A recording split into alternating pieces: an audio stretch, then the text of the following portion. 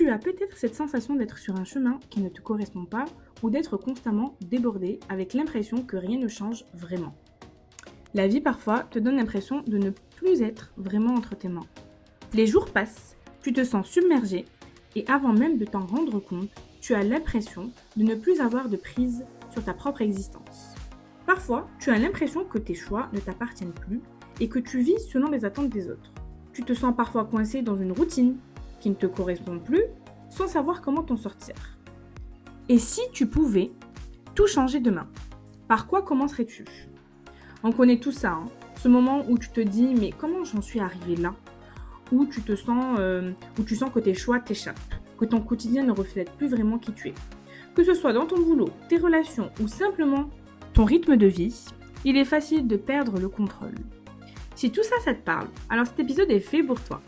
Oui, parce que la bonne nouvelle, c'est que tu n'es pas condamné à subir. Reprendre les rênes de ta vie, c'est possible et c'est même indispensable pour ton bien-être. Bienvenue sur Sans Filtre, le podcast. Je suis Camille, ton hôte pour cet épisode, ainsi que tous les autres qui vont suivre, mais je t'annonce en avant-première que prochainement, je vais inclure des épisodes où je ne serai pas seule. Voilà.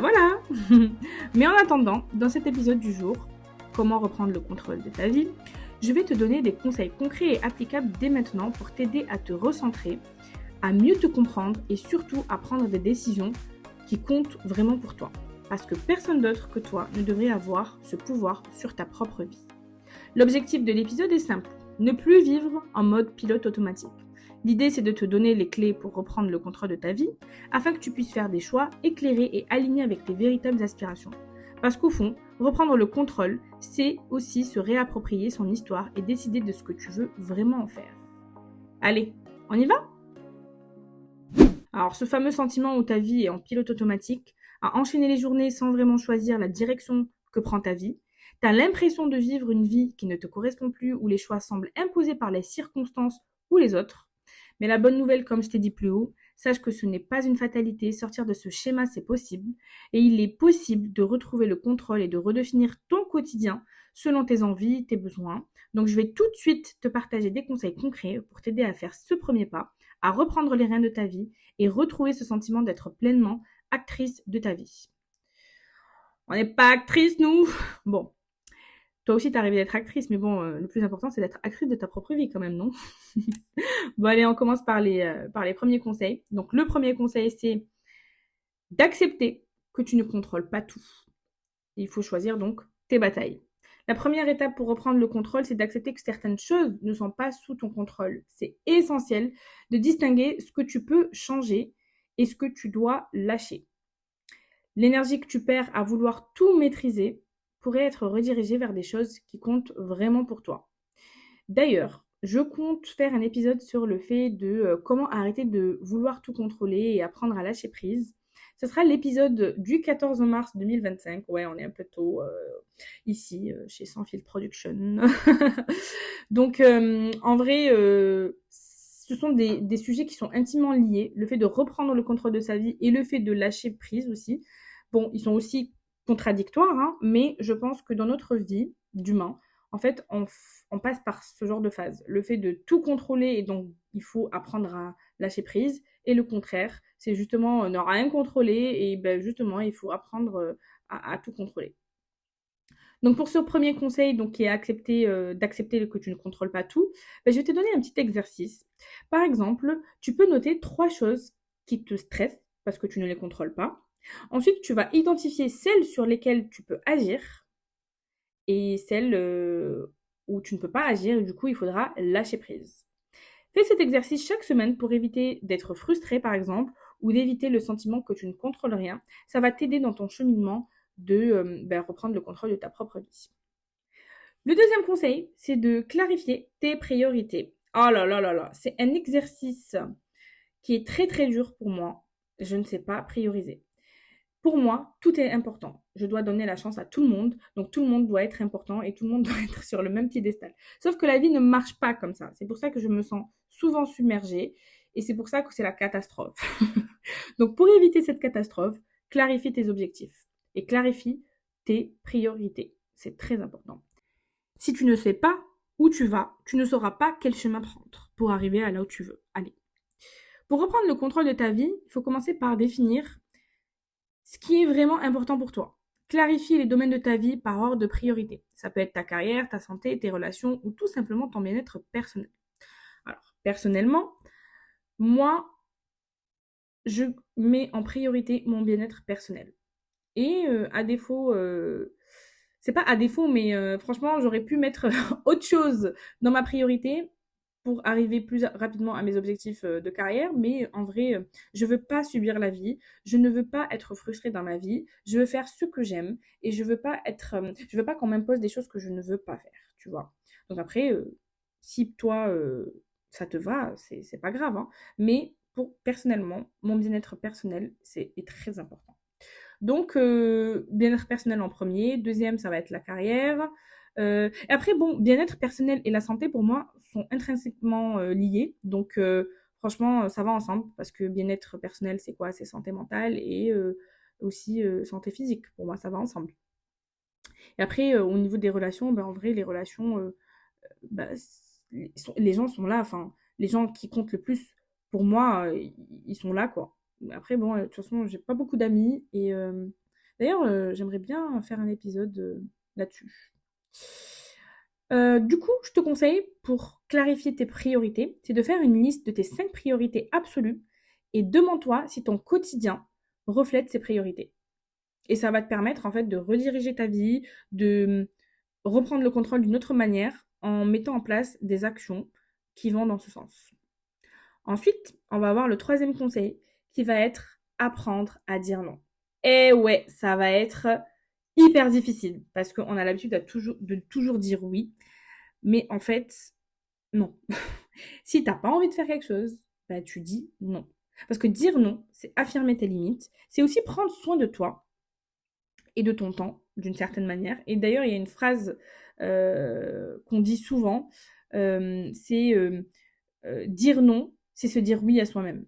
Non, dire non aux autres, c'est se dire oui à soi-même. Et d'ailleurs, souvent, on dit oui par peur de déplaire. Mais ça finit par nous éloigner de ce qui est important pour nous. Et en vrai, on s'en fiche de ce que les gens pensent de nous. Et on s'en fiche si le fait de dire non, bah, ça va déplaire à telle ou telle personne. Franchement, il faut apprendre à être égoïste en vrai dans la vie, hein. Mais surtout, c'est pas de faire des choses qu'on n'a pas envie. Et il faut pas s'obliger à faire des choses qu'on n'a pas envie. Pour moi, c'est très important. Donc le conseil pour apprendre à dire non, c'est de pratiquer, par exemple, cette semaine, tu fais cet exercice de dire non pour quelque chose qui ne te correspond pas à des priorités, enfin qui ne correspond pas à tes priorités. Et genre, tu vas pas dire non juste pour dire non. Ça, c'est pas cool. Ça me fait penser à mon frère qui me dit toujours non, mais qui finit au final par me dire oui parce que je l'ai saoulé. Ouais, je suis ce genre de personne et je suis ce genre de sœur.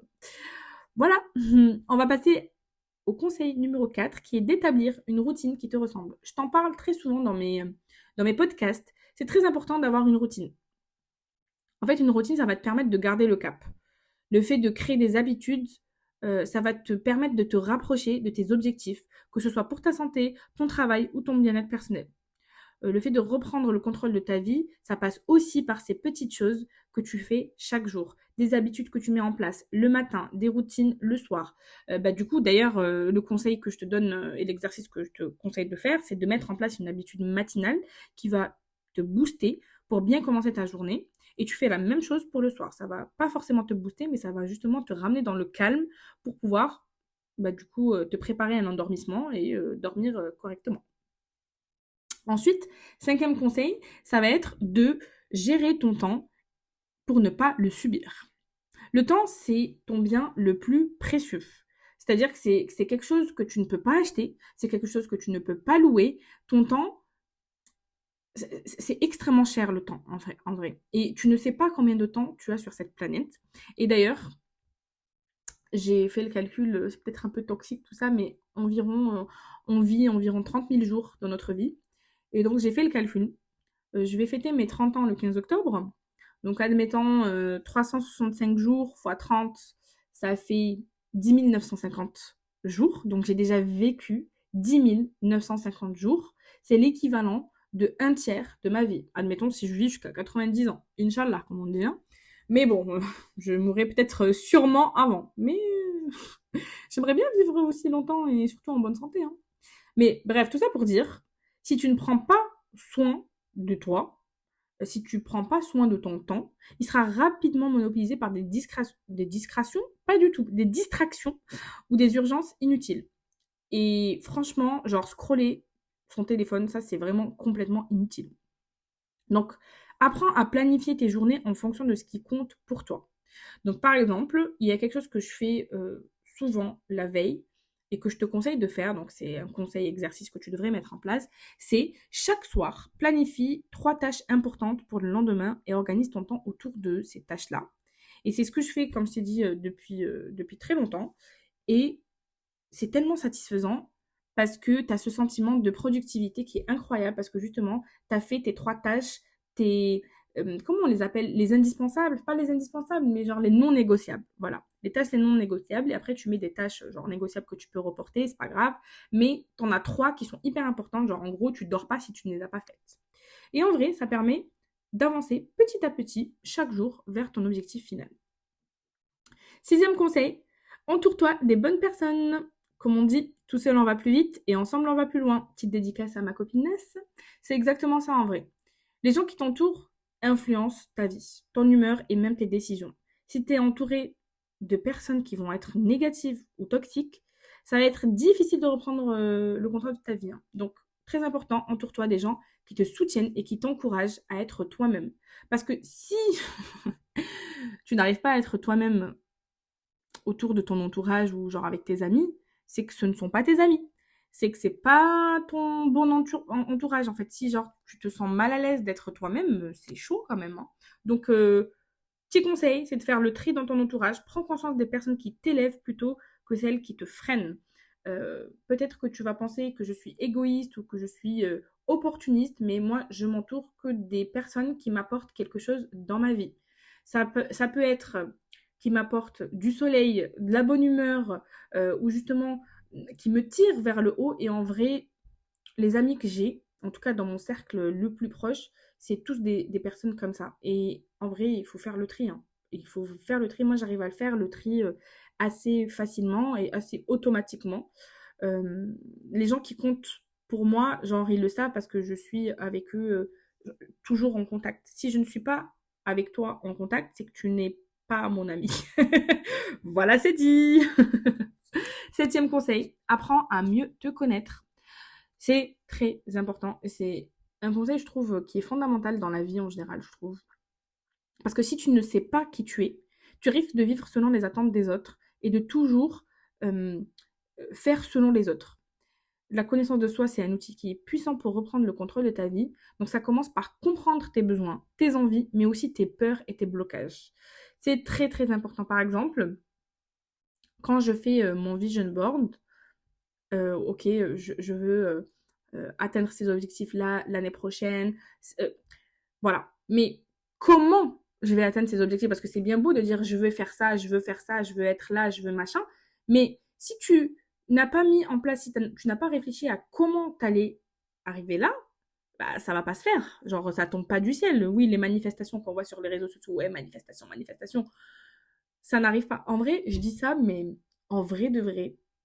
Après, bon, moi, je suis croyante, donc c'est un peu différent pour ceux qui ne croient pas, mais j'ai mis des souhaits ces derniers temps. Et en fait, c'est des souhaits qui sortent vraiment du cœur et j'y crois genre tellement que je vous jure qu'ils me sont servis sur un plateau. Comme on dit, Alhamdoulilah. Mais vraiment, ça arrive comme ça où je vais émettre, je vais parler d'un truc comme ça avec une amie. En plus, quand je le dis comme ça, vous allez me dire, mais t'es folle. Mais sauf que j'en ai eu la preuve. J'ai parlé d'un truc à une amie, comme ça. Et c'est arrivé comme ça. Et je dis, ah, si je te l'avais pas dit, tu m'aurais pas cru. Mais bref, enfin, crois en ce que tu veux vraiment. Et en vrai, le fait de croire vraiment et de demander à l'univers, si tu le vois comme ça, ou demander à Dieu, en vrai, ça vient à toi. Après, bon, il faut faire un minimum, hein. Ça tombe pas du ciel. Même si parfois ça tombe du ciel, il faut quand même faire des efforts de son côté pour espérer atteindre ce qu'on voudrait.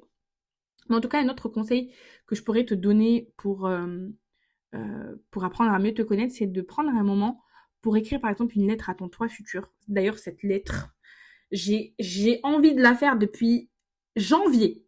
Nous sommes octobre, c'est-à-dire que ça fait 10 mois. La procrastination, je fais des podcasts sur la procrastination, mais je suis même pas capable de le faire. Franchement, en vrai, il y a des idées du podcast dans la procrastination que j'ai mises, que je mets en place, mais j'arrive pas à tout mettre en place parce que dans mon cerveau, j'ai la fameuse pensée arborescente. Et genre, je suis là, et au final, bref, déjà là, je m'éparpille. Bref, donc, je écris une lettre à ton toi futur. Et dis quelles sont les choses que tu aimerais avoir accomplies dans un an. Déjà, ça va te mettre en condition. Et genre, le fait de ressentir aussi la sensation d'avoir réussi ce que tu as projeté de réussir, ça doit être incroyable et c'est cool. Et ça va dans ce truc de manifestation aussi. Bref, j'espère que je t'ai pas trop perdu dans ce conseil numéro 7. 8e conseil, c'est de te fixer des objectifs qui vont être réalistes. Je n'arrête pas de te le répéter dans tous mes podcasts, je crois. En fait, on perd souvent le contrôle de sa vie quand on ne se fixe pas des objectifs ou quand on se fixe des objectifs beaucoup trop vagues ou trop ambitieux. Donc, moi, je te conseille de les décomposer, ces objectifs-là, en étapes réalisables et avance pas à pas, petit à petit, partie par partie. Si t'as la rêve, t'as la rêve. Donc, le conseil que je vais te donner, c'est toujours le même, c'est d'utiliser la méthode SMART pour définir ton objectif. Un objectif doit être toujours spécifique.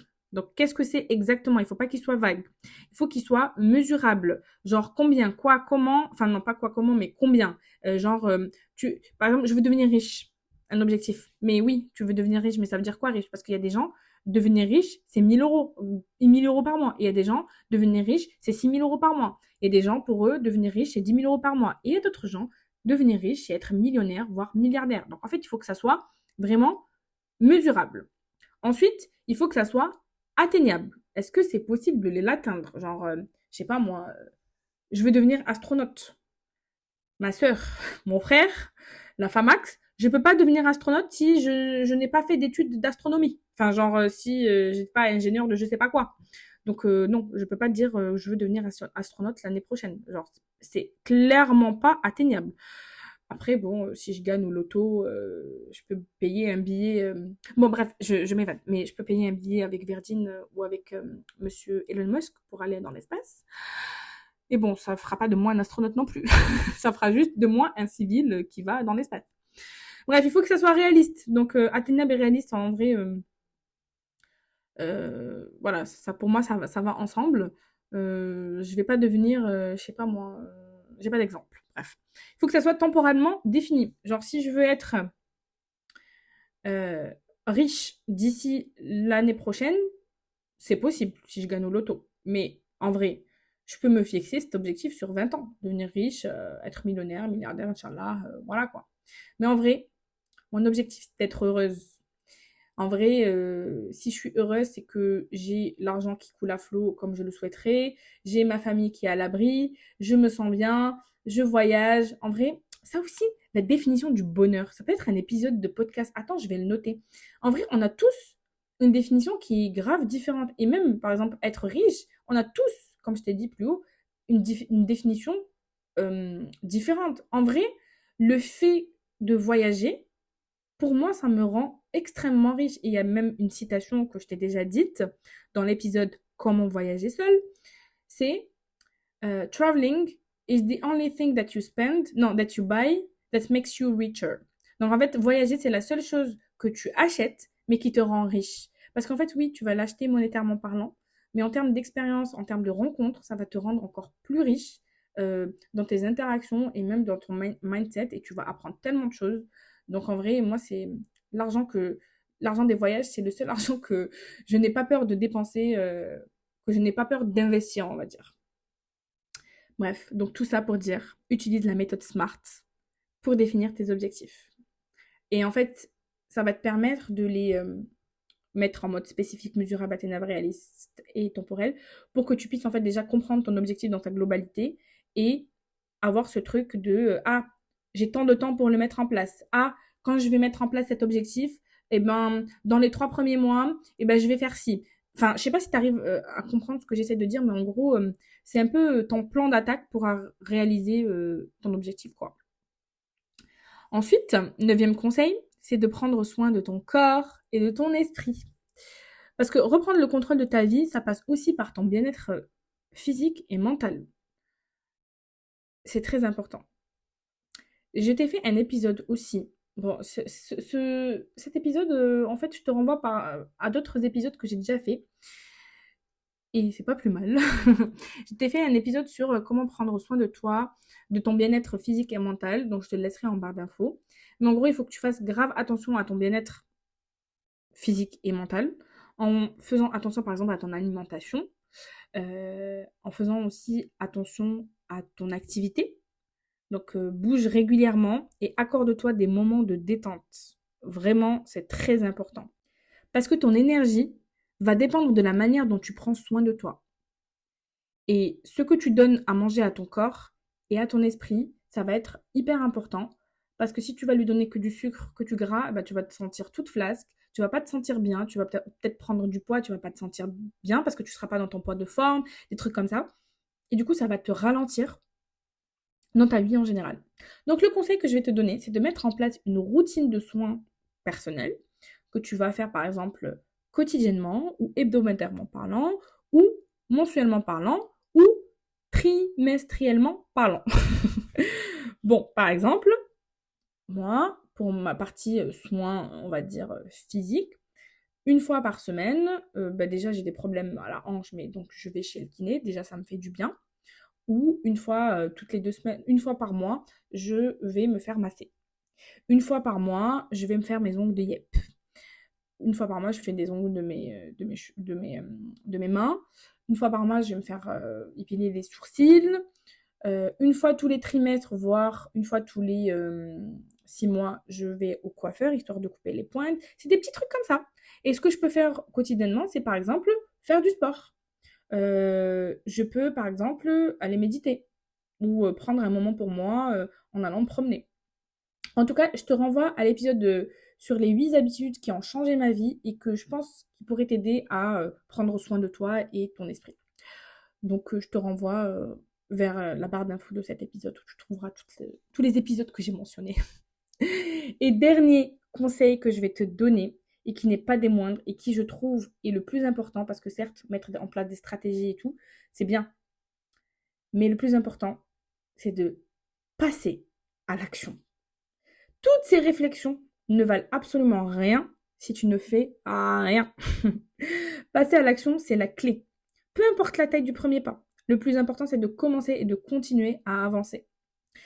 Je sais pas si tu te rappelles de la méthode des 5 minutes. Je crois que je te l'ai mentionné dans l'épisode de comment arrêter la procrastination.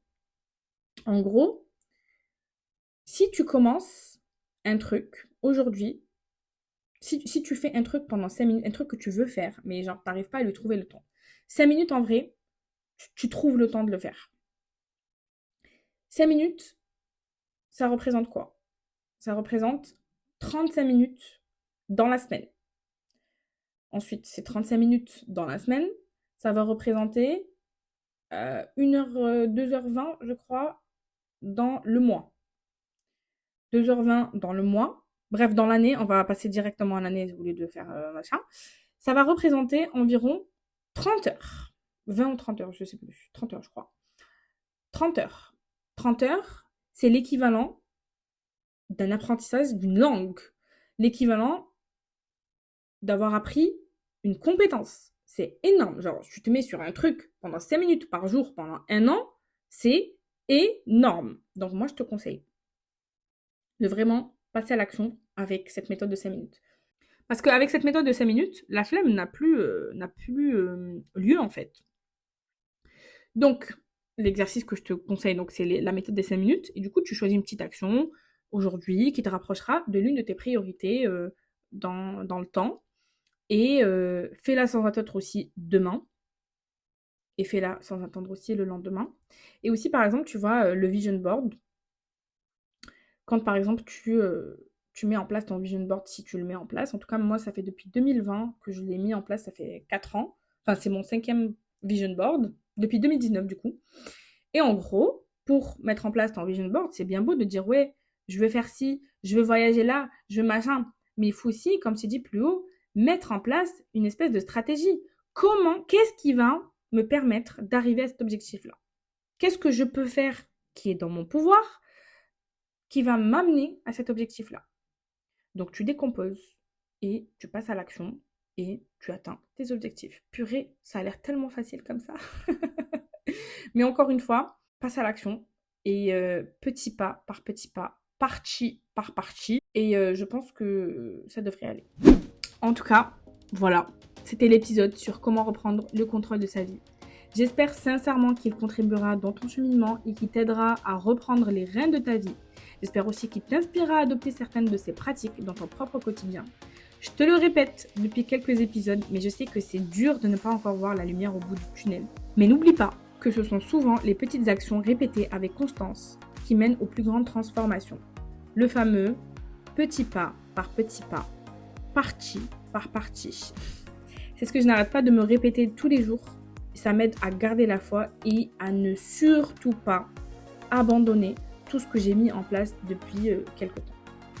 Donc mets en pratique ces conseils et découvre ceux qui fonctionnent le mieux pour toi et surtout qui sont en accord avec ton rythme. N'essaie pas de copier quelqu'un si ça ne te correspond pas.